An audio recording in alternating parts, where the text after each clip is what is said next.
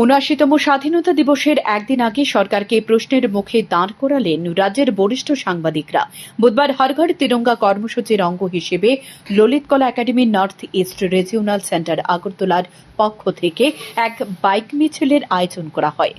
নজরুল কলা ক্ষেত্র থেকে বাইক মিছিল শুরু হয়। সবুজ পতাকা নেড়ে মিছিলের আনুষ্ঠানিক উদ্বোধন করেন রাজ্যের বরিষ্ঠ সাংবাদিক তথা শান্তন পত্রিকা ও শান্তন টিভির সম্পাদক সুবল কুমার দে, বরিষ্ঠ সাংবাদিক সমীরণ রায়, বরিষ্ঠ সাংবাদিক মানুষ পাল সহ অন্যান্যরা। মিছিলের অগ্রভাগে ছিল স্বাধীনতা সংগ্রামীদের ভাস্কর্য। সংগ্রামীদের ভাস্কর্য নিয়ে গোটা শহর পরিক্রমা করে শ্রদ্ধা জানানো হয়। পরে এক সাংবাদিক সম্মেলনের মধ্য দিয়ে রাজ্যের বরিষ্ঠ সাংবাদিক তথা শান্তন পত্রিকা ও শান্তন টিভির সম্পাদক সুবল কুমার দে বলেন, গত 2 বছর ধরে স্বাধীনতা সংগ্রামীদের ভাস্কর্যগুলো স্থাপন না করে ফেলে রাখা হয়েছে। সরকারের পক্ষ থেকে ভাস্কর্যগুলো স্থাপনের কোনো উদ্যোগ লক্ষ্য করতে পারছে না রাজ্যবাসী। আসন্ন স্বাধীনতা দিবসেও ভাস্কর্যগুলো স্থাপন করার কোনো উদ্যোগ নিচ্ছে না সরকার। দেশ স্বাধীনতা সংগ্রামের সবচেয়ে বড় ভূমিকা নিয়েছে বাঙালিরা এবং এই স্বাধীনতা সংগ্রামী ত্যাগ দেশবাসী ভুলতে পারবে না। তাই তাদের ভাস্কর্য তৈরি করা হয়েছে স্থাপন করার জন্য। শিল্পীরা কঠোর পরিশ্রম করে এগুলো নির্মাণ করেছে। সরকারের কাজ হলো মূর্তিগুলো বসিয়ে শ্রদ্ধা প্রদর্শন করা। দীর্ঘ 2 বছর ধরে সরকারের এই কাজটি পড়ে আছে। তাই সরকারের উদ্দেশ্যে দাবি, দ্রুত যাতে এই কাজটি সম্পূর্ণ করা হয়। সরকার এই মূর্তিগুলো যত দ্রুত স্থাপনের সিদ্ধান্ত নেবে ততই ভালো, কারণ এভাবে স্বাধীনতা সংগ্রামীদের মূর্তি ফেলে রাখা অত্যন্ত লজ্জার। তিনি আরও বলেন, রাজ্যের মুখ্যমন্ত্রী ডাক্তার মানিক সাহা, পর্যটন মন্ত্রী সুশান্ত চৌধুরী এবং আগরতলা পুর নিগমের মেয়র দীপক মজুমদারের দৃষ্টি আকর্ষণ করে দাবি জানানো হচ্ছে অবিলম্বে মূর্তিগুলো স্থাপন করার জন্য। মূর্তিগুলো এভাবে ফেলে রাখার কোনো কারণ নেই। এই মহাপুরুষরা দেশ স্বাধীনে সবচেয়ে বড় অবদান রেখে গেছে। তাদের সঠিক সম্মান জানানোর জন্য আহ্বান জানিয়েছেন তিনি। স্বাধীনতা সংগ্রামীদের প্রতি শ্রদ্ধা থাকলে তো এই কাজটি উপরে থাকার কথা না। যাতে উদ্যোগ নেয়, আমরা ট্যুরিজম মিনিস্টারকে বলছি, পাশাপাশি চিফ মিনিস্টারকে অনুরোধ করছি। এই কাজটা আর ফেলে রাখার কোনো জাস্টিফিকেশন আমরা দেখতে পাচ্ছি। এটা সচিবালয় প্রাঙ্গণ, যেখানে 3-4টা কৌশল আছে, যে কোনো একটা আপনার বেছে নিতে পারেন।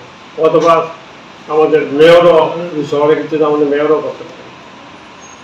আর মেয়র, চিফ মিনিস্টার এবং ট্যুরিজম মিনিস্টারের দৃষ্টি আকর্ষণ উচিত, এটা খুব দ্রুত সম্পন্ন দিয়ে আমাদের স্বাধীনতা সংগ্রামের প্রতি শ্রদ্ধা জানানো।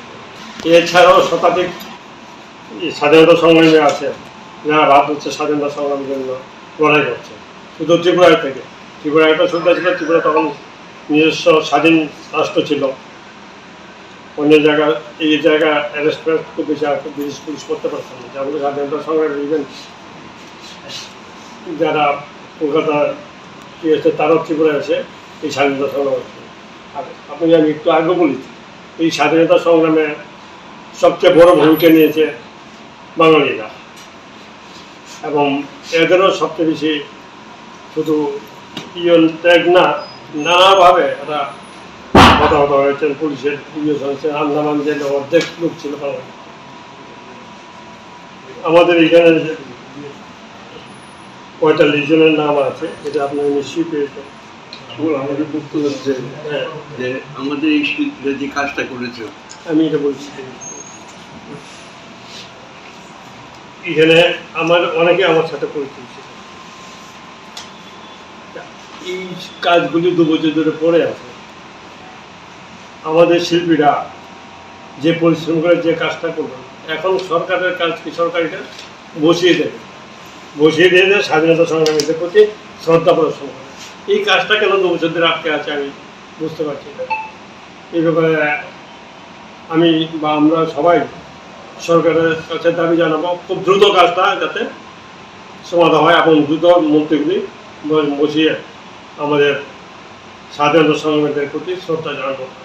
এই ব্যাপারে সরকার যত তাড়াতাড়ি সিদ্ধান্ত নেবেন ততই ভালো। 2 বছর পরে আছে, এটা আমাদের লজ্জা, আমাদের কাছে লজ্জা হচ্ছে, বাইরের মানুষদের জন্য এটা আমাদের খারাপ হবে। এইটা আমরা সরকার চিন্তা নেওয়ার জন্য যেগুলো ত্রিপুরা শিল্পীরা তৈরি করেছে গত 2 বছর আগে, এবং এই 2 বছর যাবৎ এই কমপ্লিট ভাস্কর্যগুলো সব পড়ে আছে এখানে বাড়ানো অবস্থায়। এটা কোনো জায়গায় বসানোর কোনো সিদ্ধান্ত এখন পর্যন্ত গভর্নমেন্ট থেকে হয়নি। এখন আমরা যারা এসছি আজকে যারা এই মিছিলে উদ্বোধন করলাম, আমাদের সরকারের কাছে আমাদের অনুরোধ যে এই শিল্পীদের এই কাজগুলো যদি প্রপার জায়গাতে বসানো হয় তাহলে শিল্পীদেরও তো স্বীকৃতি দেওয়া হবে এবং স্বাধীনতা সংগ্রামী যারা মৃত্যুবরণ করেছেন তাদেরও একটা সম্মান জানানো হবে। সুতরাং এই এপিলটা আমরা গভর্নমেন্টের কাছে করতে চাই। এদিন মিছিলে দেশপ্রেমীদের ভিড় ছিল লক্ষণীয়। শান্তন টিভি।